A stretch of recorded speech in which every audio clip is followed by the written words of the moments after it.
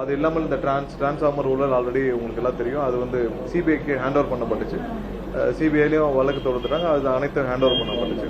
So நமக்கு நிறைய நடவடிக்கைகளும் ஒரு சில நபர்கள் சஸ்பெண்ட் செய்யப்பட்டாங்க கடந்த மாதம். ஸோ அந்த சஸ்பெண்ட் செய்யப்பட்ட பிறகு இது மாதிரியான ஒரு சில வேலைகள் நடந்திருக்கும் என்ற சந்தேகமும் ஏற்படுது. ஸோ அதனால அனைத்தையும் காவல்துறை விசாரிச்சுட்டு வராங்க. விசாரணை முடிவில் அவங்க தெரிவிப்பாங்க. பட் என்னென்ன சென்சிட்டிவ் டாக்குமெண்ட்ஸ் இருக்கு, என்னென்ன சென்சிட்டிவ் டேட்டா இருக்கு, கடந்த 5 ஆண்டுகளில் நிறைய டெண்டர்ஸ் பர்ச்சேஸ் பண்ணப்பட்டிருக்கு. எல்லாமே வந்து இப்போ இதில் சோலாரில் என்னென்ன மாதிரியான லோட் ஃப்ளோ ஸ்டடி பண்ணி என்னென்ன மாதிரியான இதெல்லாம் வந்து கொடுக்கப்பட்டிருக்கு. இதெல்லாம் இப்போ டெண்டர்லாம் கூட கிரீனில் சோலாரில் என்னென்ன அனுமதி கொடுக்கப்பட்டிருக்கு, யார் யாருக்கு கொடுக்கப்பட்டிருக்கு, இது சம்பந்தமான அனைத்து டேட்டாவையும் நம்ம வந்து பேக்கப் எடுக்க சொல்லியிருக்கோம். ஸோ அதையே ரீவேலிடேஷன் பண்ண சொல்லியிருக்கோம். அதை அங்கே இருக்கிற அதிகாரிகள் அனைவரும் சேர்ந்து செஞ்சுட்டு வராங்க. இது விசாரணை முடிந்த பிறகு என்னென்ன மாதிரியான எந்த எண்ணத்தில் இது திருடப்பட்டதுன்னு சொல்லிட்டு காவல்துறை மூலமாக தெரிவிக்கப்படும். இல்லை, அது எல்லா டிபார்ட்மெண்ட்லையும் முக்கியமான டிபார்ட்மெண்ட்ல இருந்த ஒரு சில ஹார்ட் டிஸ்க் எல்லாமே திருடப்பட்டிருக்கு. விசாரணை நடந்துட்டு இருக்கு. முடிஞ்ச பிறகு நாங்கள் அந்த தகவல் இப்ப சொன்னால் அது பொருத்தமாக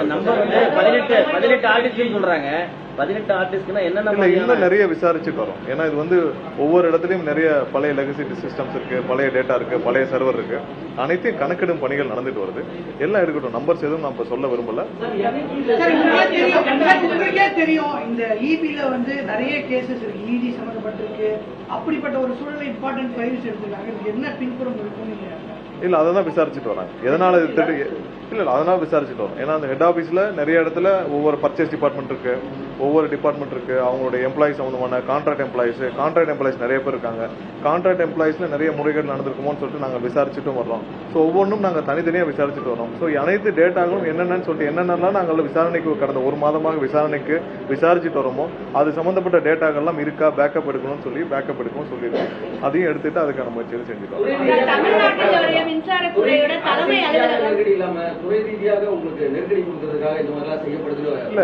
யாரும் எந்த ஒரு சில நபர்கள் வந்து எந்த அரசையோ இல்ல அரசு சார்ந்த நிறுவனங்களையோ மிரட்டிலாம் பார்க்க முடியாது.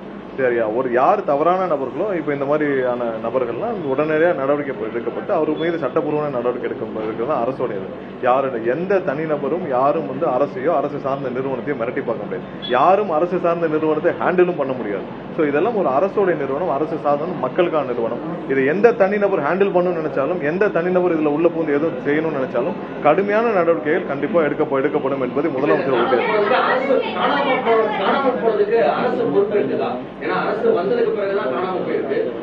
யார் யார் எதனால் திருடப்பட்டுச்சு, கண்டிப்பா எதனால் திருடப்பட்டுச்சு, அந்த இன்டென்ஷன் என்ன, யார் யார் திருடினாலும் முழுமையான விசாரணை வந்து காவல்துறை முடக்கி விட்டுலாம். நிறைய பேர் வேற ஒரு ஊர்களில் போய் அரெஸ்ட் பண்ணிட்டு வந்திருக்காங்க.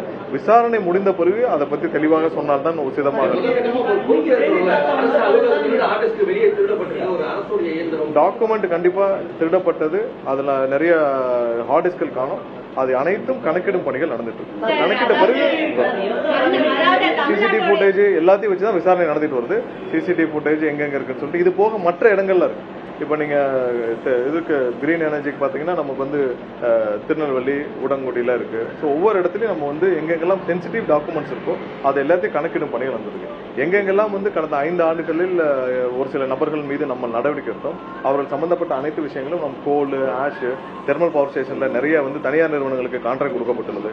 ஸோ அந்த நிறுவனங்கள் சம்பந்தப்பட்ட விஷயங்கள் அனைத்தையும் நம்ம வந்து கணக்கிடும் பணிகள் எல்லா சென்சிட்டிவ் டேட்டாஸையும் நம்ம பேக்கப் எடுக்க சொல்லியிருக்கோம்.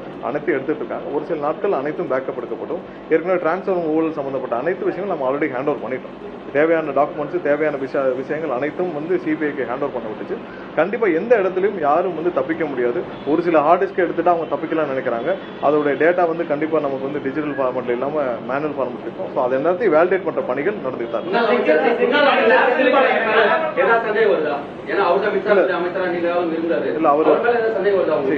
இதுல யார் சம்பந்தப்பட்டிருக்கிறார்கள். ஏன்னா இது எல்லாத்தையும் பாத்தீங்கன்னா டிரான்ஸ்ஃபார்மர் ஊழல்ல அவர் இருந்த செந்தில் பாலாஜி இந்த காலகட்டத்தில் தான் டிரான்ஸ்ஃபார்மர் ஊழல் இருந்துச்சு. அந்த நேரத்தில் தான் காசி என்ற நபர் எல்லாம் அங்கிருந்து ஆப்ரேட் பண்ணப்பட்டாங்க. ஸோ அவர் இருந்த காலகட்டத்தில் இருந்த ஊழல்கள் தான் சமீபத்தில் சிபிஐக்கு போச்சு. என்ன மாதிரியான மோட்டிவேஷன், என்ன இன்டென்ஷன்ல இதெல்லாம் திருடப்பட்டுச்சுன்னு நம்ம விசாரணை நடந்துட்டு இருக்கு.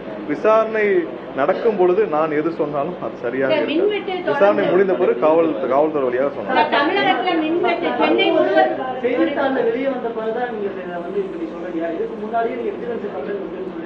எல்லாம் அதாவது விஜிலன்ஸ் இபியோடைய விஜிலன்ஸ் துறை ரீதியான விசாரணை முடித்த பிறகு காவல்துறைக்கு கம்ப்ளைண்ட் பண்ணோம். அதுக்கு இடையிலே வந்து அனைத்தும் பேக்கப் எடுக்கும் பணிகள் அனைத்தும் வந்து துவங்கப்பட்டு விட்டுச்சு.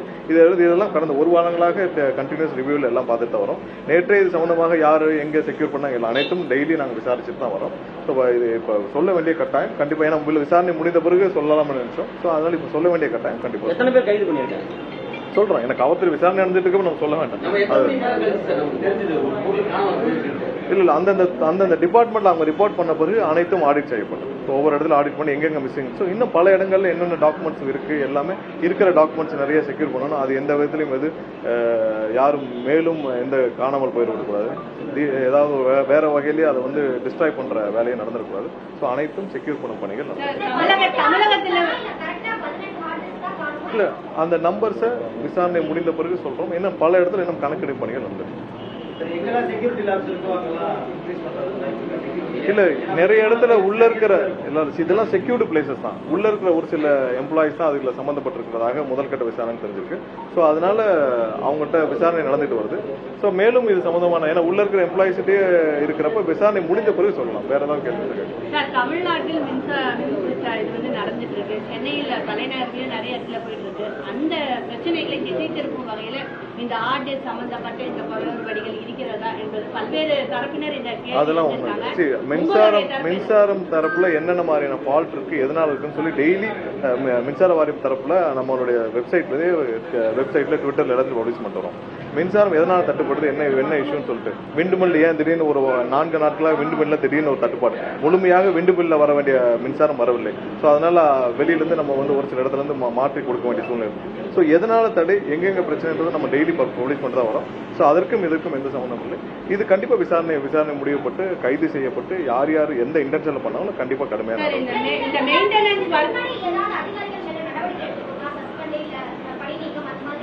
இல்ல. கடந்த ஒரு மாதங்களாக பலர் மீது நடவடிக்கை எடுக்கப்பட்டுள்ளது, பலர் சஸ்பெண்ட் பண்ணப்பட்டது. இந்த விவகாரத்தில் இதுவரை இப்பதான் அரெஸ்ட் பண்ணப்பட்டிருக்கு. இன்னும் நாங்க முடிஞ்ச பிறகு சொல்றோம். ஏன்னா பேர்கள் எதுவும் விசாரணையில் இருக்கும்போது சொன்னால் நன்றாக இருக்காது. இது மிகப்பெரிய அளவில் விசாரணை செல்ல வேண்டும். அதனால இன்டென்ஷன் இல்லாம எப்படி ஹார்ட் டிஸ்க் எடுப்பாங்க? எந்த இன்டென்ஷன்ல எடுத்தாங்கன்றது தான் நம்ம விசாரிச்சு போறோம். கண்டிப்பா என்ன இன்டென்ஷன்ல இது திருடப்பட்டுச்சு, யார் சொல்லி திருடினார்கள், இதற்கு பின்னாடி யார் இருக்கா, என்ன மாதிரியான டேட்டாக்களுக்காக இது திருடினார்கள், என்ன இன்டென்ஷன்ல இது திருடினாங்க, இது அனைத்தும் விசாரணை முடிஞ்ச பிறகுதான்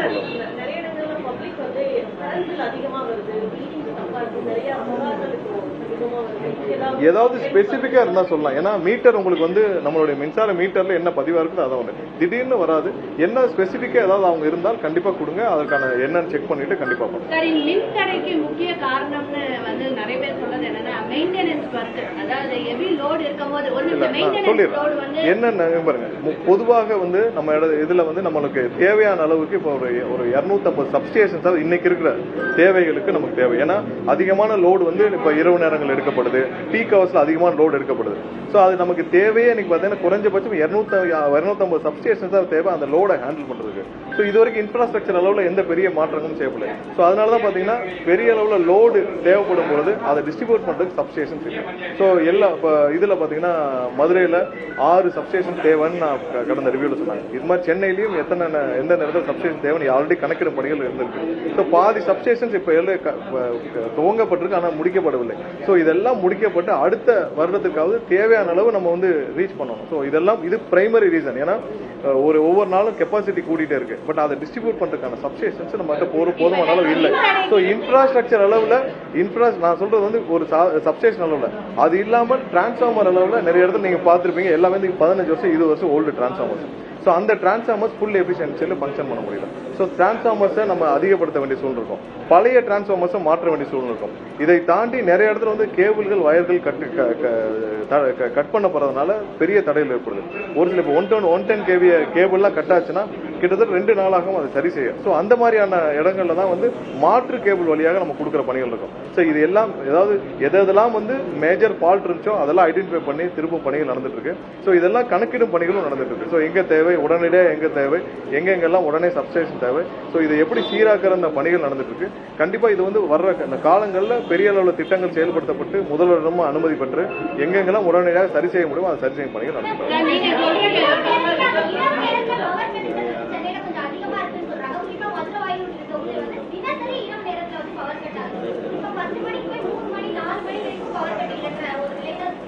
இல்ல எல்லா இடத்துலயும் எந்த நேரத்துல ஃபால்ட்னால வருதோ அதை நம்ம சீரமைச்சுட்டு தான் வரோம். தொடர்ந்து ஒரே ஏரியால அப்படிலாம் இல்லை, ஒரு சில இடத்துல ஃபால்ட்னால வருது. இப்ப நம்ம மொபைல் டீம்ஸ் வச்சிருக்கோம். மொபைல் டீம்ஸ் உடனடியாக அங்க சென்று அங்க பணிகளை செய்து அவங்க வந்து அதை சீரமைக்கும் பணிகள் நடந்துட்டு இருக்காங்க. ஸோ இந்த மொபைல் டீம்ஸ் ஃபார்ம் ஆன பிறகு நீங்க பார்த்திருப்பீங்க எல்லா இடத்துலயும் வந்து இந்த பவர் கட்ஸ் ஃபால்ட் அட்டன் பண்றது வந்து அந்த டைமிங் வந்து துரிதமா நடந்து முடிஞ்சிருக்கு. அதனால மொபைல் டீம்ஸ் உடைய பணிகள்னால இப்ப வந்து 14 டீம் நம்ம எக்ஸ்டெண்ட் பண்ண வேலையில பார்த்துட்டு இருக்கோம். அதனால நிறைய இடத்துல அந்த ஃபால்ட் அட்டன் பண்ற டைம் உடனடியாக சரி செய்யப்பட்டு எங்க பண்ணிருக்கோம். இது சீக்கிரம் நடந்து முடிஞ்சிருக்கு.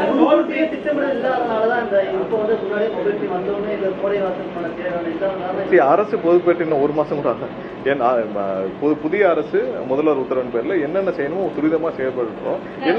எல்லாம் கணக்கிடும் பணிகள் நடந்துட்டு இருக்கு. ஸோ இப்போ நீங்க எவ்வளவு எல்லாம் சீரமைக்கும் நேரத்தில் இந்த மாதிரியான தடைகள் இப்போ ஹார்ட் டிஸ்க் காணப்படும் தடைகளும் இருக்கு. எல்லாம் அனைத்து வேலைகளும் பேரலா நடந்துட்டு இருக்கு. ஒரு நாளைக்கு அனைவரும் பெரும்பான்மையான நேரங்கள் அனைத்தையும் சரி செய்யும் வேலைகளை தான் அனைத்து அமைச்சர்களும் முதல்வர் உத்தரவின் பேர்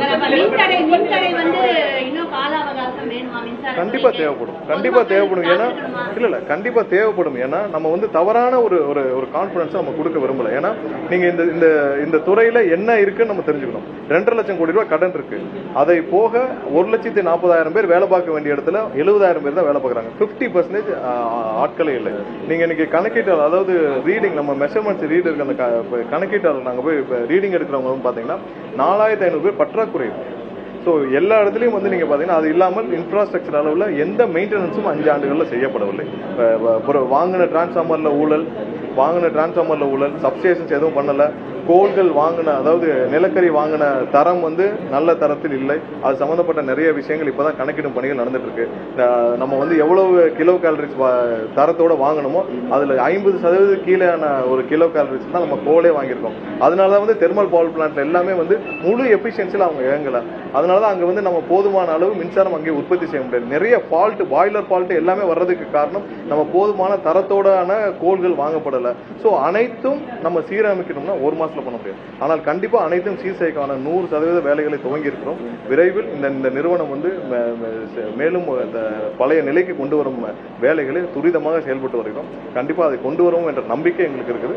அதுக்கு ஒரு சில திட்டங்கள் போட வேண்டியது, போட்டுட்டு அனைத்தும் நம்ம மக்களுக்கு தெரியப்படுத்தி விட்டு தான் நம்ம செயல்படுறோம். இதே இன்ஃப்ராஸ்ட்ரக்சர் தான் நீங்க சொன்ன எல்லாம் பழைய டிரான்ஸ்ஃபார்மர், மற்ற பணியாளர்கள் குறைவு எல்லாம். ஆனா கடந்த ஆண்டும் சரி இந்த வெயில் கோடைகாலம் மின் தடை இல்லை. எதனால ஃபால்ட்னு நம்ம எதனால மின்சார ஃபால்ட்னு நம்ம எல்லாமே வந்து எந்தெந்த நேரத்துல எதனால ஃபால்ட்னு நம்ம அனௌன்ஸ் பண்ணிருக்கோம். ஸோ இது வந்து 19 சொல்றதுல எந்த பிரயோஜனம் இல்லை. நம்ம என்ன நிலைமைன்னு நம்ம சொல்லிட்டோம். இதை இன்னும் தெளிவாக வித் டேட்டா என்னென்ன தேவைன்றது நம்ம வந்து கண்டிப்பா ஒரு பப்ளிஷ் பண்ணிட்டு தான் நம்ம அடுத்த வேலை பார்ப்போம். இல்ல நமக்கு வந்து எப்பயுமே தேவைக்கு ஏற்ப நம்ம வந்து நம்மளுடைய மின்சாரம் இருக்கு. ஒரு சில நேரங்கள்ல இப்ப நேற்று கடந்த 2 நாட்களாக விண்ட் மில் உடனடியாக 0 வந்துருச்சு. விண்ட் மில்லோட உற்பத்தி 0 வந்துருச்சு. ஸோ அந்த மாதிரி நேரங்கள் தான் ஒரு சில நெருக்கடிகள் ஏற்படுது. பட் அதையும் சரி செய்து தினமும் வந்து ஒரு லாங் டேர்ம் கான்ட்ராக்ட் போடுறதுக்கான வேலைகளை துவக்கப்பட்டிருக்கோம்.